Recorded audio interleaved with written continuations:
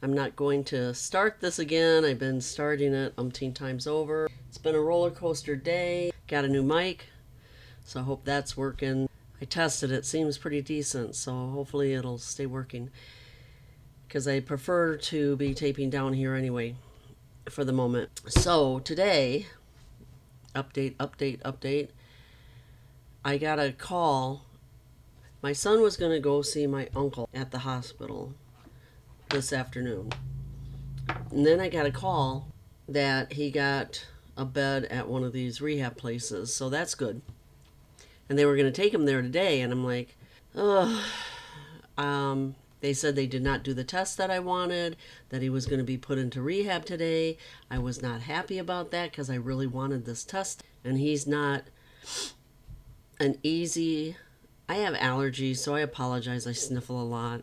I couldn't find my chlorotraumaton, whatever, allergy meds. He's not easy to get to go.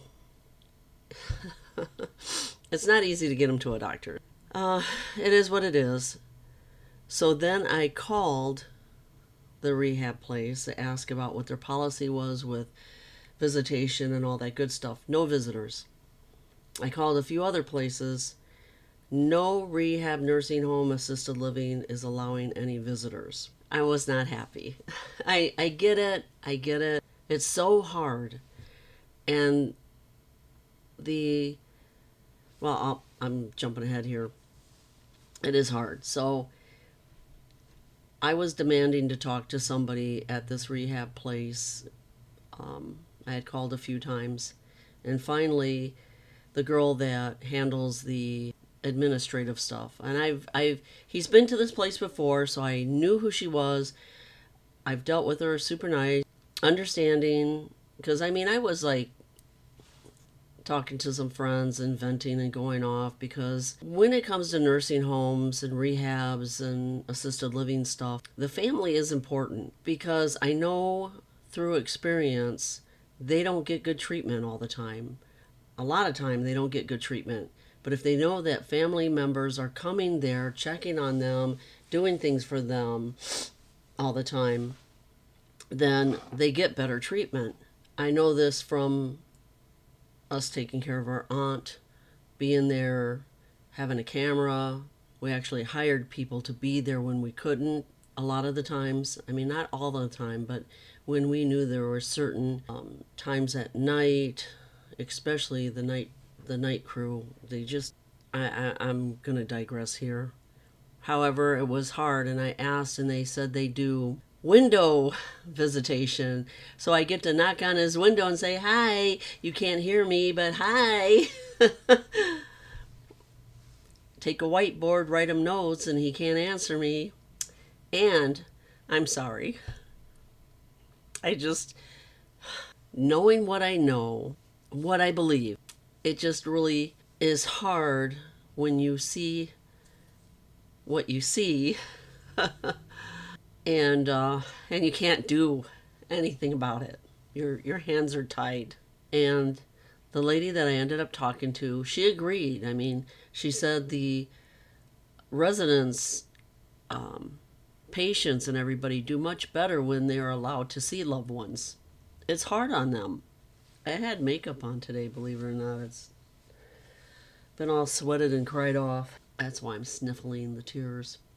But it's been just a roller coaster, because I've been upset and then, just up and down and trying to get a grip on it. And they're doing what the CDC is telling them they have to do. And it's not their fault. And they can't, it just sucks. And it's already July. So I wonder how long is it going to be like that? And the governor is starting to crack down harder. So anyway, let me back up. What ended up happening, because I wasn't happy when the caseworker called me, because I wasn't going to get to even see him there to let him know why we weren't going to come to see him and this, that, and the other thing. So the caseworker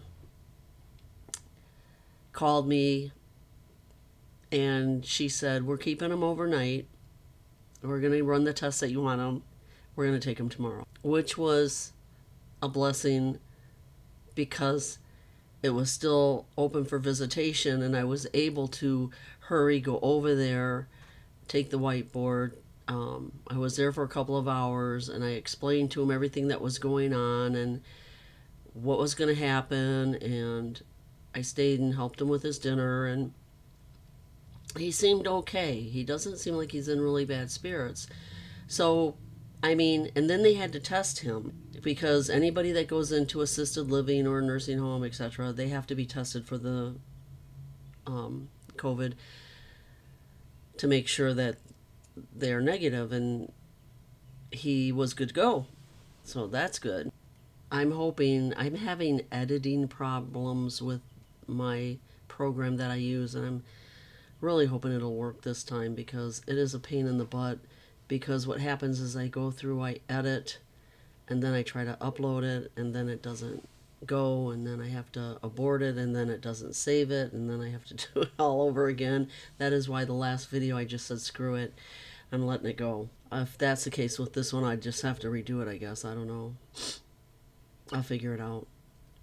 But I'm so tired that I'm all over the place here. So he's good. So I felt better about that. I was happy that the caseworker finagled him to stay one more night, and that allowed me to see him and talk to him and explain what was going on, and then find out what he wanted. You know, I need to pack a bag, and whatever you take there, like clothes, they rewash everything. They won't take anything in, and I guess whatever you bring there, they have to wipe it down, like his cell phone, and he wants his razor, etc., stuff like that.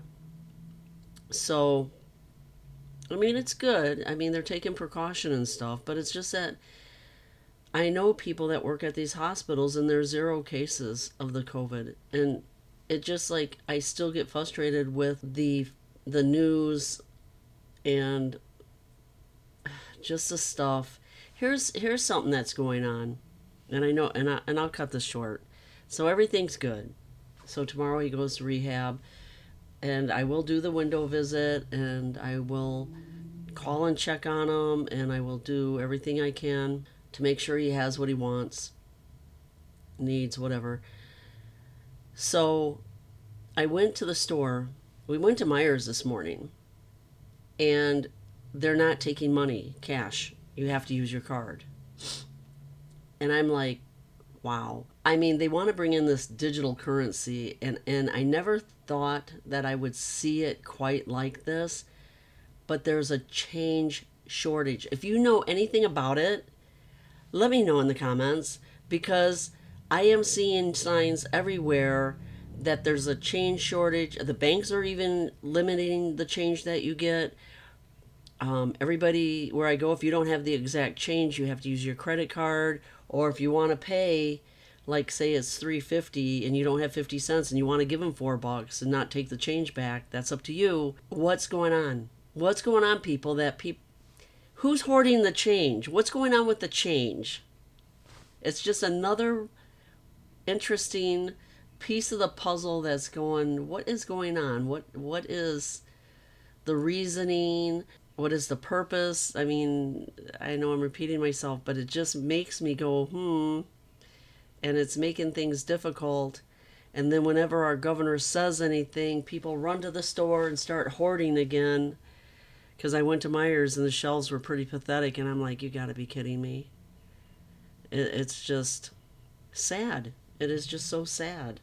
I don't get it. I just don't get it. And we're in for really scary times, and people are allowing it to happen, which is even sadder. So all I can do is hunker down, and one day at a time now. It's just one day at a time, and try to get through the best I can, and watch, read, pray.